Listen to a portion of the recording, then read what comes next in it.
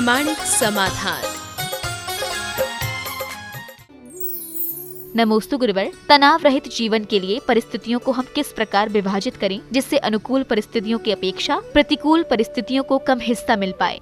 अनुकूल और प्रतिकूल परिस्थितियों को किस तरह से विभाजित करें कि अनुकूल का हिस्सा अधिक मिले और प्रतिकूल का हिस्सा कम मिले। देखो, इस गुना भाग में मत लगो। ये संसार है जिसमें अनुकूल भी होता है, प्रतिकूल भी होता है। अपने मन को परिस्थितियों के अनुकूल ढालना शुरू कर दो, प्रतिकूल भी अनुकूल बन जाएगा। फिर आप कहते हो प्रतिकूल को हिस्सा कम मिले, मन अनुकूल बन जाए तो प्रतिकूल भी अनुकूल बन जाता है। इसलिए अपने मन में इष्टानिष्ट संयोग वियोगों में स्थिरता लाने का अभ्यास बनाएं, और वो अभ्यास हम लाते हैं तभी सब कुछ हो सकता है। परिस्थितियाँ प्रतिकूल होगी, रहेगी, लेकिन हमें चाहिए कि हम अपने आप को परिस्थितियों के अनुरूप ढालें।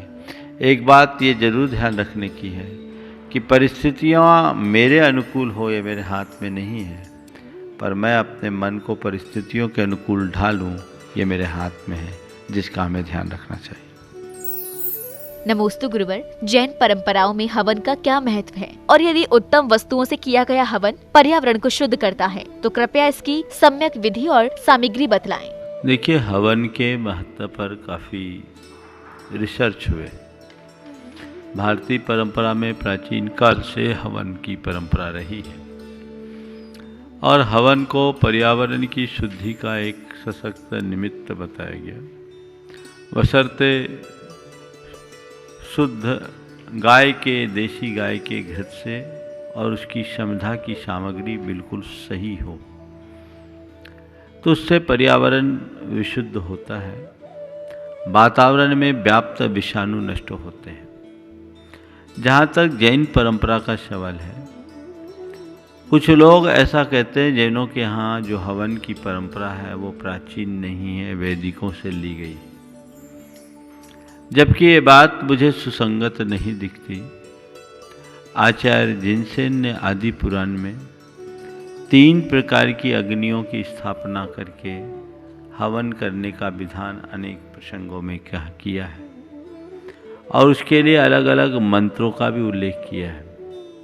इसलिए हवन की परंपरा हमारे यहाँ है, और आज भी हमारे पूजा विधान अनुष्ठान जब बृहद रूप से होते हैं तो विश्व शांति महायज्ञ के रूप में दशांश आहुति दी जाती है। पर इसमें हमें शुद्धता का ध्यान रखना चाहिए। समिधा में जो भी लकड़ी आदि का प्रयोग किया जाए वो शुद्ध होना चाहिए, उसमें जीव जंतु आदि नहीं होना चाहिए, और इस तरीके से हवन करना चाहिए जिससे आपकी विशुद्धि बढ़े और पर्यावरण भी शुद्ध हो। हालांकि जैनों में हवन से ज़्यादा व्रतों को महत्व दिया, क्योंकि प्रवृत्ति की अपेक्षा निर्वृत्ति ज़्यादा गुणकारी है। हमारे आचार्य के लिए एक बहुत बड़े अग्निहोत्र की उपमा देते हुए कहा, ये नित्यं व्रत मंत्र होम निरता ध्यानाग्निहोत्राकुला सत्कर्माभिरतास्तपोधन धना साधु क्रिया साधव शील प्रावरणा गुण प्रहरणा चंदार्क तेजोधिका मोक्ष द्वार कपाट पाटन भटा प्रीणन्तु मां साधव। ये नित्यम व्रत मंत्र होम निरता, जो नित्य ही व्रत और मंत्र रूपी होम में निरत है। ध्यानाग्निहोत्रा खुला, आहुति किस में डाल रहे हैं? बाहर की समिधा में नहीं, ध्यान की आहुति में। सत्कर्माभिरतास तपोधन धना, जो अपने षड आवश्यक की क्रियाओं में रत हैं, और तपस्या तपोधन ही जिनका धन है, जिनकी क्रियाएं साधु है वे ही साधु हैं। जो मोक्ष मार्ग को खोलने में तत्पर हैं वे साधुगण, वे आचार्य हमें प्रणाम करें। तो मुनिगण निर्वृत्ति का पालन करते हैं, श्रावक जनों के लिए इस तरह का विधान है, बशर्ते वो पूरी तरह शुद्ध हो। अभी सुबह शांति मंत्र की जाप के साथ बहुत सारे लोग गोघृत के साथ शुद्ध लकड़ी में हवन कर रहे हैं, वातावरण बदल रहा है और लोग इसके अपने अपने अनुभव भी बता रहे हैं। बस मर्यादा होनी चाहिए, उसमें डालने जाने वाली धूप एकदम शुद्ध होनी चाहिए, समिधा भी शुद्ध होनी चाहिए और अग्नि का उतना ही इस्तेमाल होना चाहिए जितना आवश्यक और अपेक्षित हो। नमोस्तु गुरुवर, समाई का क्या स्वरूप है और एक श्रावक के लिए समाई करने का सही समय और सही प्रक्रिया क्या होती है? देखिए, सामायिक है क्या? समदा सामायिकम नाम, समता का नाम सामायिक है। आप लोग जो सामायिक की क्रिया करते हैं वो इधर उधर के संकल्प विकल्प को छोड़कर साम भाव में स्थिर रहने का अभ्यास है। आद रौद परित्याग तद्धि सामायिकम मतम, मन को दुर्विचारों और दुष्ट विकल्पों से मुक्त करके शुभ चिंतन और शुभ आलंबनों में रमाना, ये भी सामायिक है। सामायिक की शास्त्रों में बड़ी महिमा है और उसे व्रत पंचक परिपूर्ण कारण मौधान युक्तेन, ऐसा आचार्य समंतभद्र महाराज ने कहा है कि वह हमारे पांचों व्रतों की पूर्ति सामायिक में हो जाती है। उसमें लगे हुए सारे दोषों का निवारण सामायिक की विशुद्धि से हो जाता है। तो हमें भाव विशुद्धि के साथ सामायिक करना चाहिए, बशर्ते हम सामायिक को उसकी सही विधि और प्रक्रिया के तहत करें। सामायिक क्रिया नहीं है, एक प्रयोग है। प्राय लोग सामायिक के नाम पर बैठ जाते हैं और बैठ करके ऊँघते रहते हैं। ये ऊँघने की वृत्ति का नाम सामायिक नहीं है। जीवन में ताजगी और स्फूर्ति उत्पन्न करना ही सामायिक का मूल स्वरूप है और वही सामायिक का लाभ और लक्ष्य भी। इसलिए सामायिक करें, सामायिक की जो विधि है उस विधि के तहत सामायिक करें। आम व्यक्तियों के लिए मैं कह रहा हूँ जो अव्रती है, उन अव्रतियों के लिए सामायिक में आप भावना योग कर सकते हैं। भावना योग भी ये सामायिक है। व्रती जन भी अगर भावना योग करते हैं तो भावना योग सामायिक है।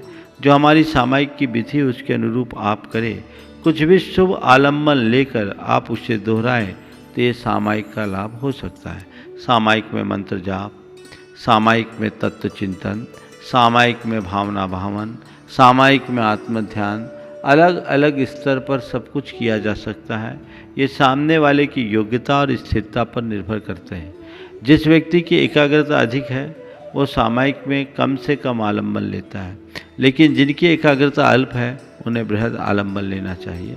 तो मैं आप सबसे एक बात कहना चाहता हूँ, बहुत सारे लोगों ने ये किया है जिनका सामायिक में चित्त नहीं लगता और अपने जीवन में बदलाव लाना चाहते हैं, वे सामायिक के स्थान पर भावना योग करना शुरू कर दें।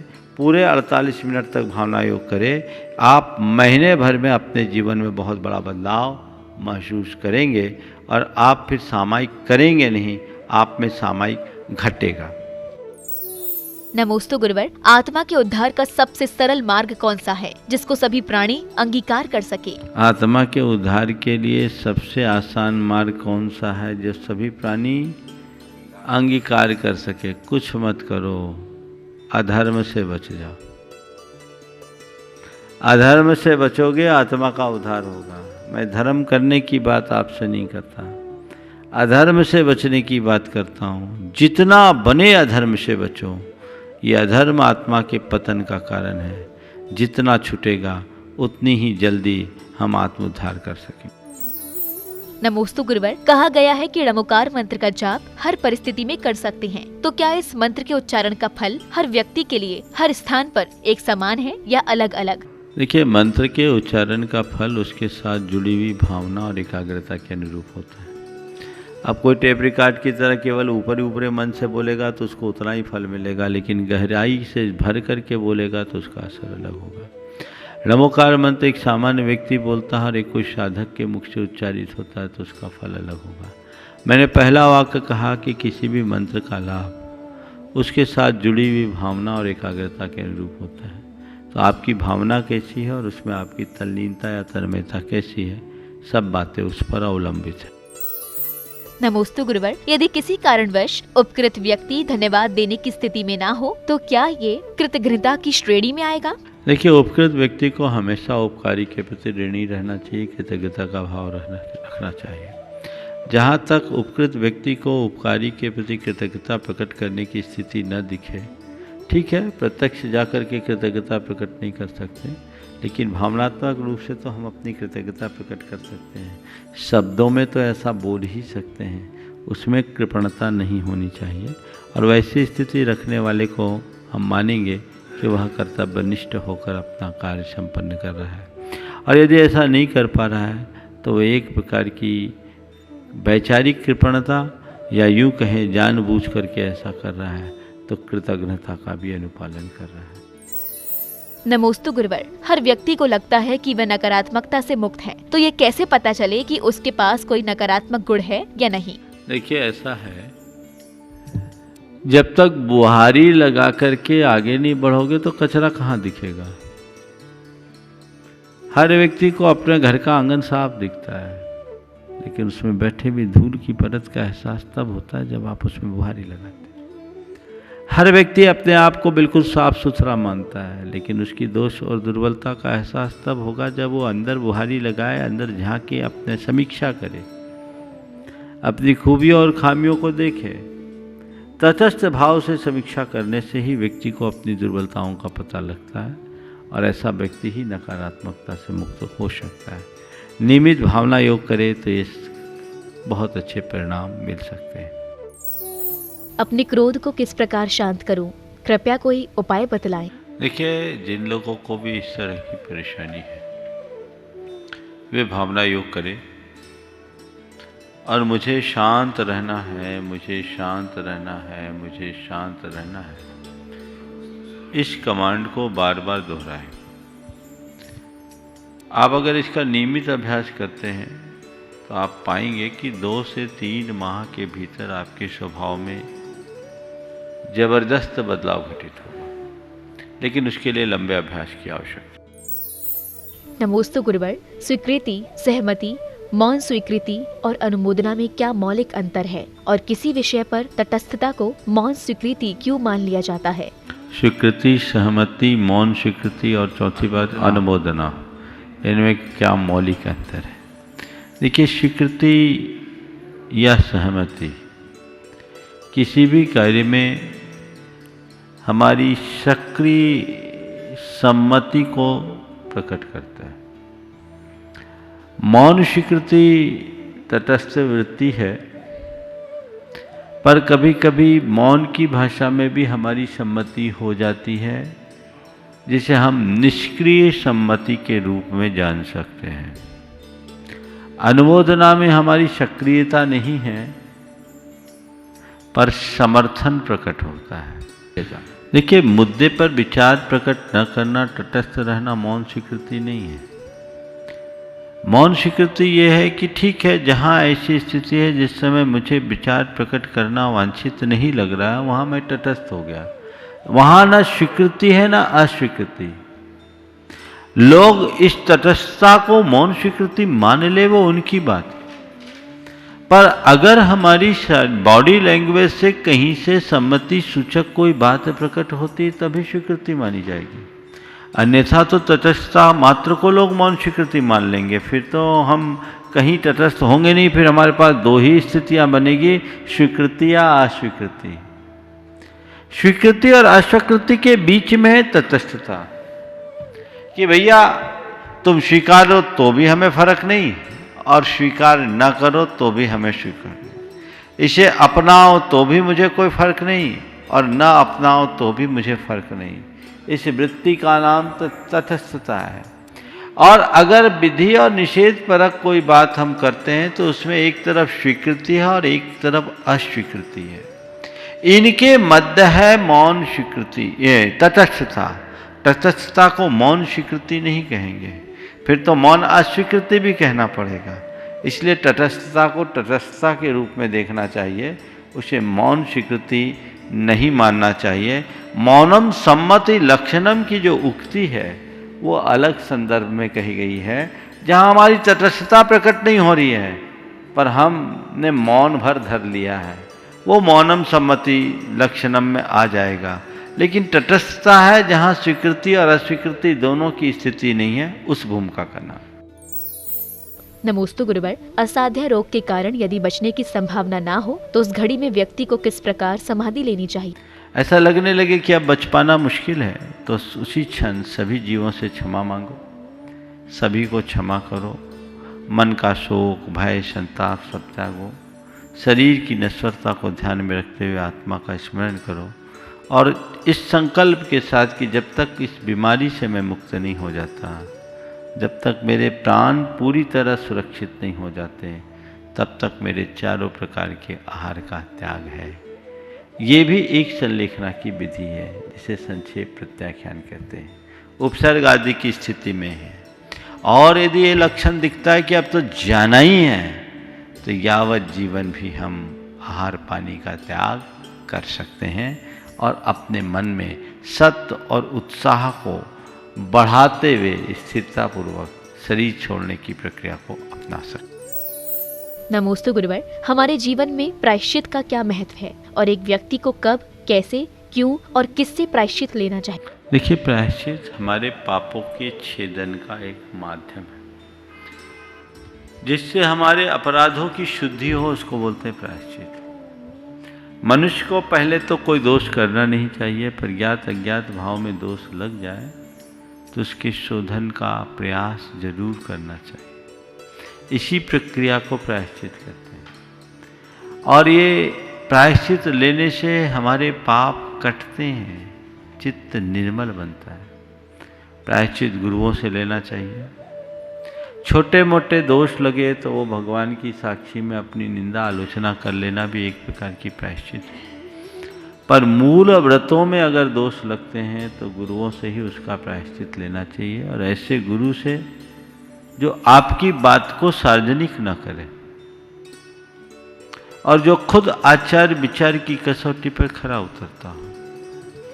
प्रायश्चित सामने वाले के सत्य, योग्यता, वय आदि को देखकर दिया जाता है, तो उस हिसाब से जिसकी जैसी स्थिति है उसके अनुरूप करना चाहिए और जैसा वो कहे उसी समयावधि में उसे पूर्ण करना चाहिए। नमोस्तु गुरुवर, किसी के द्वारा हमसे हेल्प मांगने पर मन में विचार आता है कि ये उसका स्वार्थ है, लेकिन इस विचार को ये मेरे लिए बड़ी बात है कि मैं किसी के काम आ रहा हूँ कि भावना में परिवर्तित कैसे करें? देखिए, अगर कोई व्यक्ति हमारे सामने आता है, उसे हेल्प की ज़रूरत होती है, तो हमारे अंदर ये जो बात आती है कि ये किसी स्वार्थवश आ रहा है, एक नकारात्मक लक्षण। हमें अपने जीवन का अंतर विश्लेषण करना चाहिए कि आज मैं जहाँ तक खड़ा हूँ, अनेकों के हेल्प से खड़ा हूँ। माँ बाप, डॉक्टर, परिवार परिजन के लोग, नौकर चाकर, रिश्ते नातेदार, शिक्षक और अध्यापक, न जाने कितने लोगों का हेल्प है, तब मैं यहाँ तक आकर के खड़ा हुआ। तो औरों ने मुझे हेल्प किया इसलिए मैं यहाँ खड़ा हुआ। मेरा ये धर्म है कि मैं औरों को हेल्प करूँ, ये सोच रखना चाहिए। और ये सोच लाने के लिए ये सोचना चाहिए कि चलो मैं किसी के काम के लायक तो हूँ, और इस भूमिका में आने के लिए आपको नियमित भावना योग करना चाहिए। यदि भावना योग का अभ्यास करेंगे तो ये दुर्बलता आपकी दूर होगी। प्रामाणिक समाधान।